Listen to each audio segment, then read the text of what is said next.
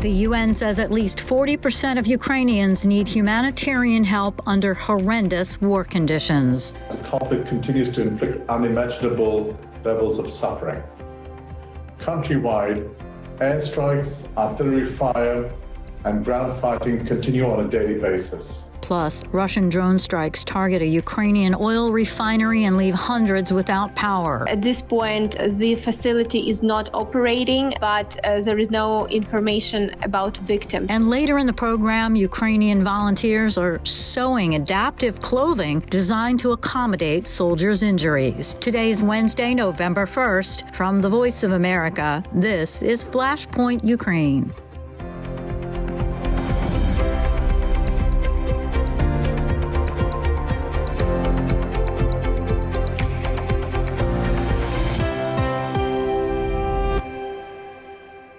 Good evening, I'm Lori London in Washington. Russian strikes are inflicting unimaginable suffering on the people of Ukraine, and according to the UN, more than 40% of them need humanitarian assistance. People's lives are dominated by the constant sound of air raid sirens as unrelenting airstrikes rain down and destroy civilian objects. Addressing the UN Security Council Tuesday, Ramesh Rajanham, Director of Coordination in the UN Humanitarian Office, said thousands of civilians have been killed in strikes on homes, schools, fields, and markets since Russia's invasion in February of 2022, and it's hitting the youngest the hardest. The war is robbing Ukrainian children of education, the stability and safety they need during the critical development period of their lives, as well as their hopes for the future. The mental wounds of the war will undoubtedly affect children well into adulthood. Meanwhile, the United Nations Human Rights Office also Tuesday said it had found reasonable grounds to conclude a missile strike that killed 59 people in a cafe in the Ukrainian village of Horrendous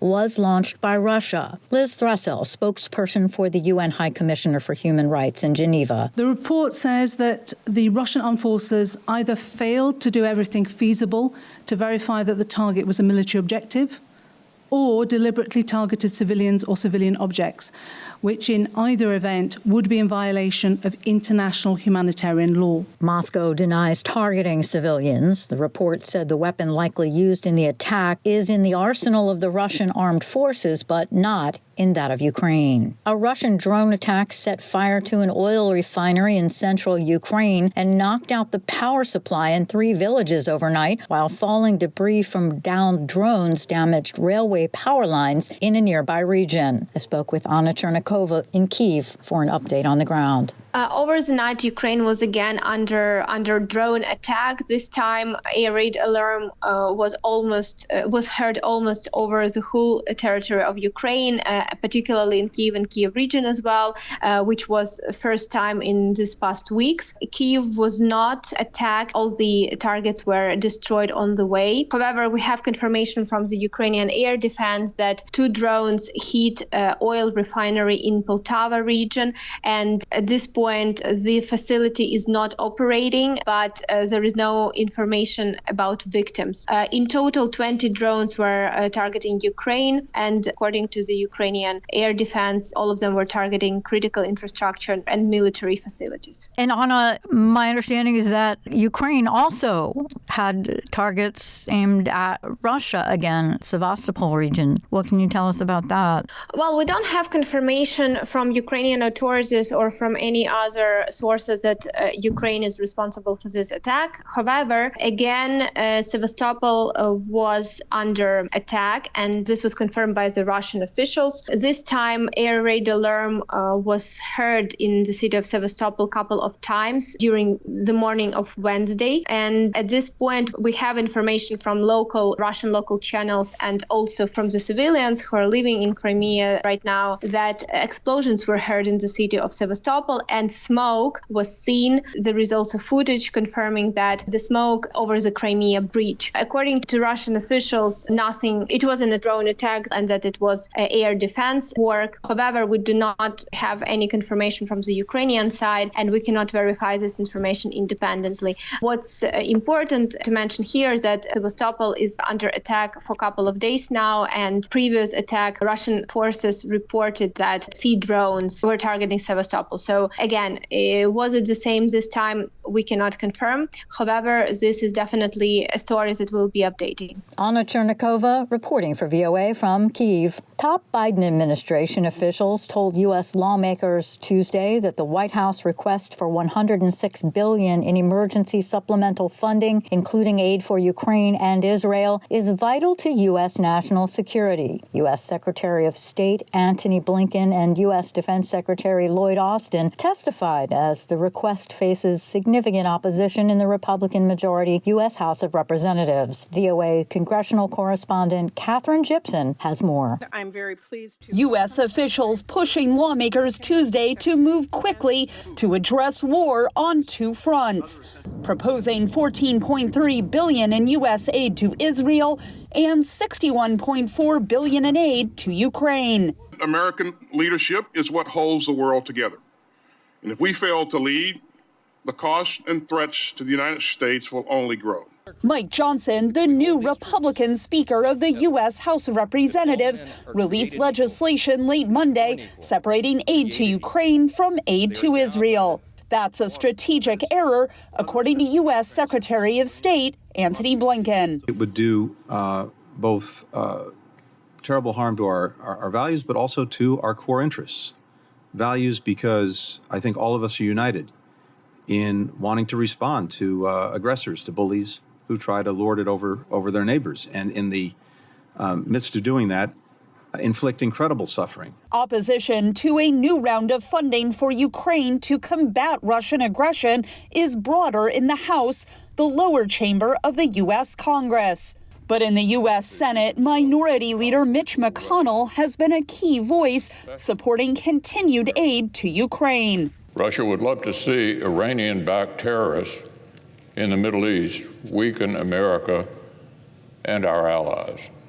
Iran would love to see a Russian victory against Ukraine that divides the West and deepens its own defense cooperation with Moscow. Some Republican senators remain concerned, arguing there is not sufficient oversight of the aid and that the U.S. cannot indefinitely fund a war. We need to know that we have a strategy as part of this funding. I think it's very important in terms of building support for the funding for Ukraine. Members of the Democratic majority Senate would likely block a standalone Israel bid, arguing it must be paired with aid to the Ukraine as requested by the White House. It doesn't meet our national security needs.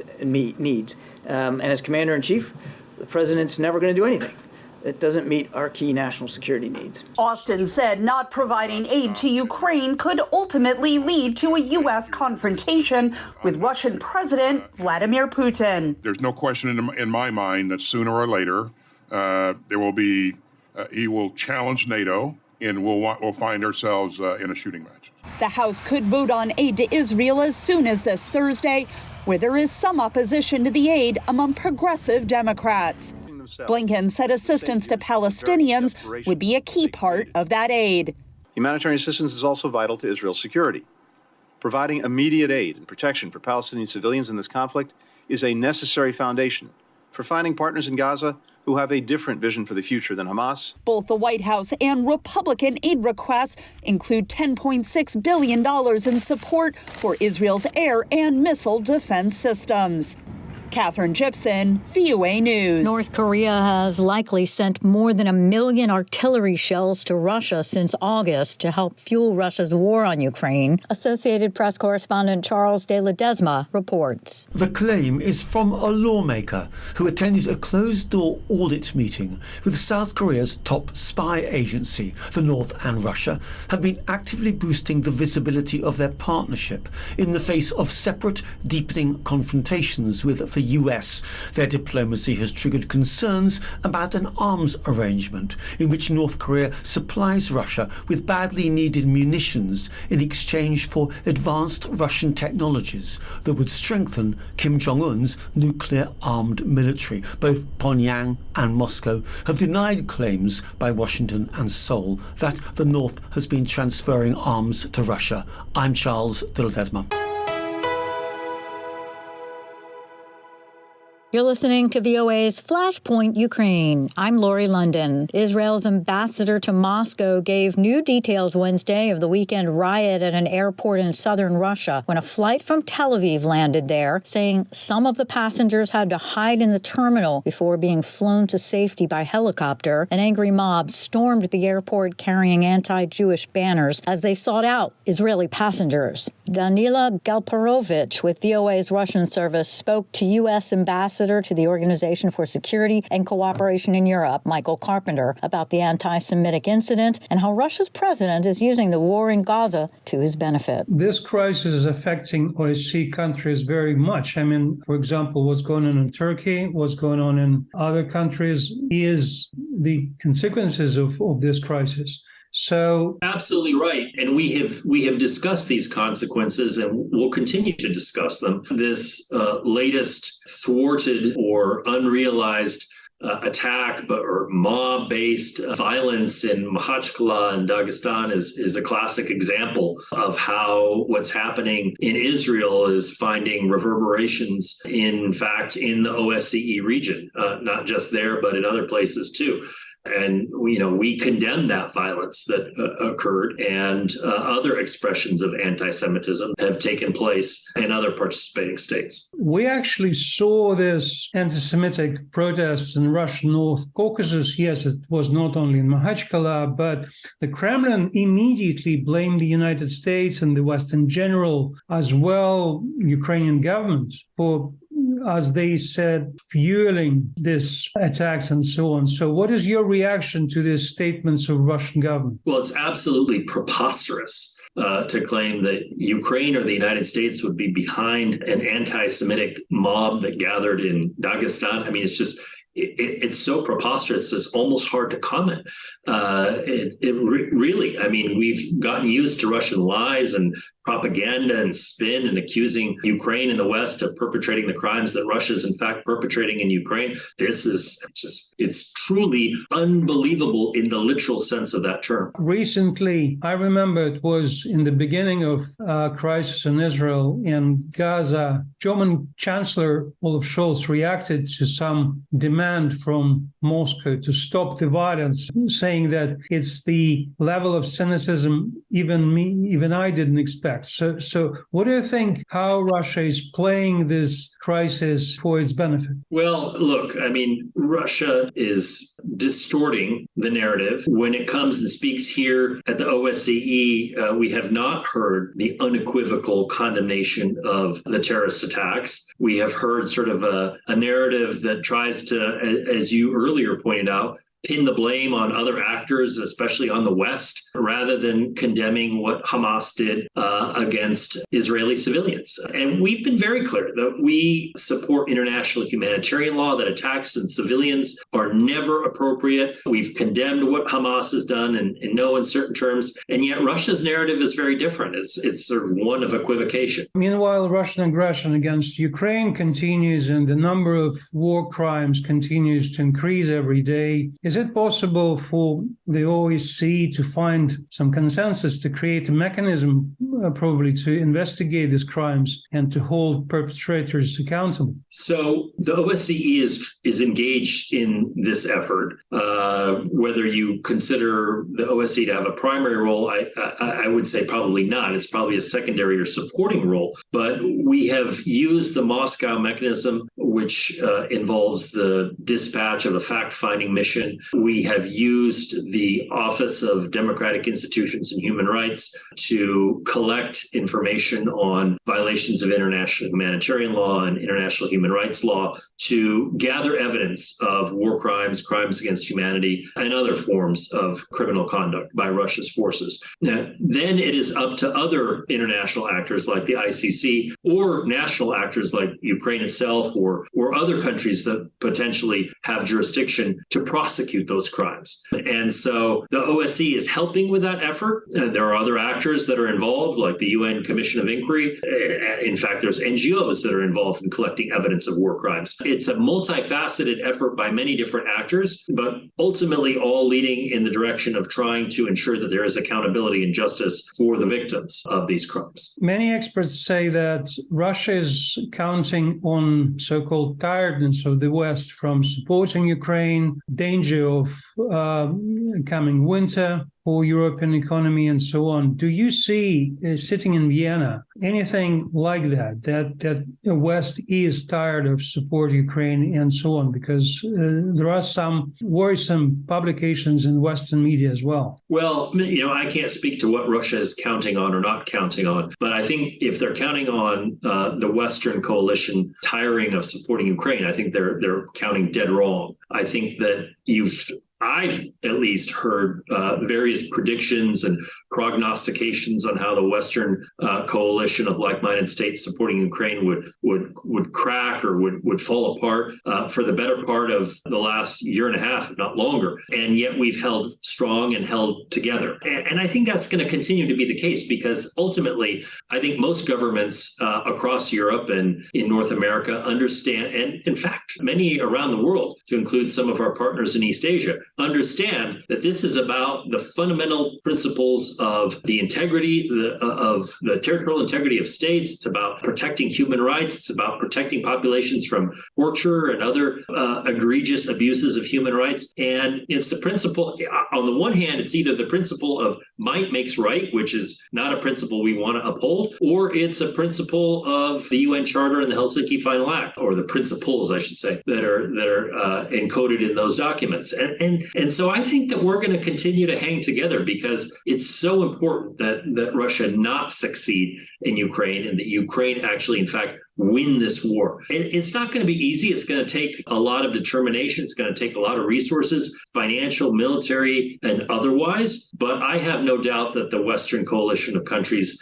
that is supporting Ukraine will continue that support for as long as it takes. And that's a term that we've used, but I truly believe that we will continue to support Ukraine until it prevails. My final thought would be that what we're seeing now around the world with the eruption of violence, including the violence from Hamas, the violence that's perpetrated by the Russian Federation, I mean, this all goes to the type of world that we're going to be living in, our children and grandkids are going to be living in the future. And so when we speak about abstract principles like the international rules-based order, those are not principles that get people's hearts racing or that get people excited about standing up for what's right. But behind those somewhat sterile words are the fate of human lives, of people, of men, women, children who often find themselves in harm's way and sometimes are subjected to really brutal types of behaviors, whether it's coming from Russian forces in Ukraine or whether it's Hamas and what Hamas has done with Israeli civilians. And so sometimes it's important to sort of step back from the international diplo-speak and think about what this means for concrete human beings and standing up for what's right. And I think in that regard, we need to sustain this international coalition to stand up for what's right, whether it's in the Middle East, whether it's for Ukraine's victory against Russia, or in any other part of the world. Standing up for fundamental human dignity is important. U.S. Ambassador to the Organization for Security and Cooperation in Europe, Michael Carpenter, speaking with VOA Russian Services' Danila Galperovich. A Russian court on Tuesday ordered a Russian-American journalist to remain in jail ahead of trial on charges of failing to register as a foreign agent rather than be released to house arrest. Alsu Kormasheva is the second U.S. journalist detained in Russia this year after Wall Street Journal reporter Evan Gershkovich was arrested on espionage charges in March.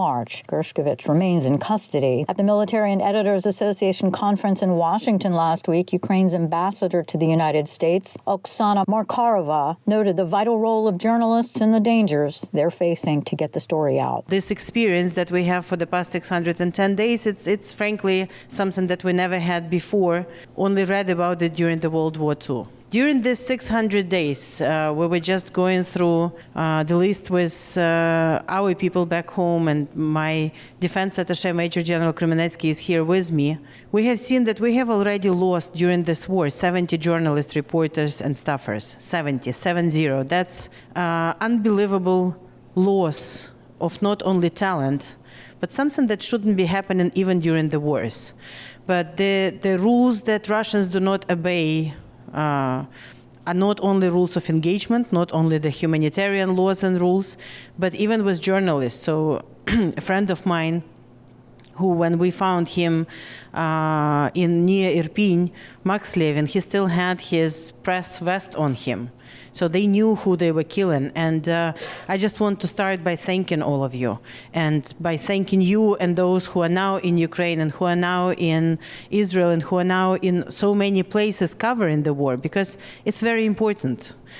Without you, the world would not know what really happens, and it would be so easy for propaganda or for fakes or for aggressors to actually spread, instead of truth, spread the false narratives about it. And that's part of the war. Alsu Kurmasheva, an editor for the U.S. government-funded Radio Free Europe, Radio Liberty, was taken into custody on October 18th. Since the beginning of the war, Ukrainian volunteers have been sewing adaptive clothing, clothes designed to accommodate soldiers' injuries. The Ukrainian government does not release official casualty statistics for the military, but volunteers say they have constant demand for such clothing. Lija Bakalets has the story from Kyiv. For more than a year, volunteer Olga Skidinets has been turning ordinary T-shirts into adaptive ones, shirts specifically made to account for soldiers' injuries. Before the war, sewing was her hobby. Now it is a way to help the war effort. Skidinets demonstrates how the adaptive T-shirt works. She says it has Velcro on the sides, so it can easily open. She says you can put the T-shirt under the wounded soldier, make a bandage, and then fasten it. Before Russia's full-scale invasion of Ukraine, the clothes were most often worn by patients who were bedridden or had mobility issues. But now demand has increased among wounded soldiers. Skidinets says that when soldiers have severe injuries to their limbs, they need to be fixed externally using different metal constructions. The apparatus are huge, and it is impossible to fit a leg or arm into ordinary clothes. The main requirement for adaptive clothes is soft and natural fabric. Closures like Velcro, for example, shouldn't rub. Skidinets says she cuts the corners of the Velcro and burns the edges so it becomes softer and does not rub on an injured soldier. Designer Rostislav Satana created a set of adaptive clothing after a soldier came to him with the idea. He says the set includes an adaptive T-shirt and pants. In summer, he and his partners also started making adaptive shirts and tank tops. The set's design is based on soldiers' feedback. For instance, he says some soldiers are bedridden and their belongings fall out of ordinary pockets, so he created different ones. The wounded soldiers also need adaptive underwear made by this group of women from the Kyiv region. Volunteer Galina Grishenko says the underpants have Velcro on the sides and that only volunteers produce them. And the new underwear is not just about hygiene. Grishenko says that underwear is about dignity and the soldiers should feel confident and protected. Recently, volunteers have been using funny fabrics. The soldiers like it. Grishenko says volunteers ask the soldiers, who needs adaptive underpants today? We have space, watermelons, machines. She says it cheers the soldiers up. All adaptive clothes are free to soldiers. Volunteers gather donations to pay for materials. They say sewing helps them to cope with the stress, but all dream about the day when adaptive clothes will not be in high demand. Lesia Bakalets, VOA News, Kyiv. And that'll do it for us today. Stay up to date with continuing coverage of Ukraine and news from around the world, 24 hours a day at voanews.com. And on social media, just follow VOA News. On behalf of all of us here at VOA, we thank you so much for listening. Until next time, I'm VOA's Lori London.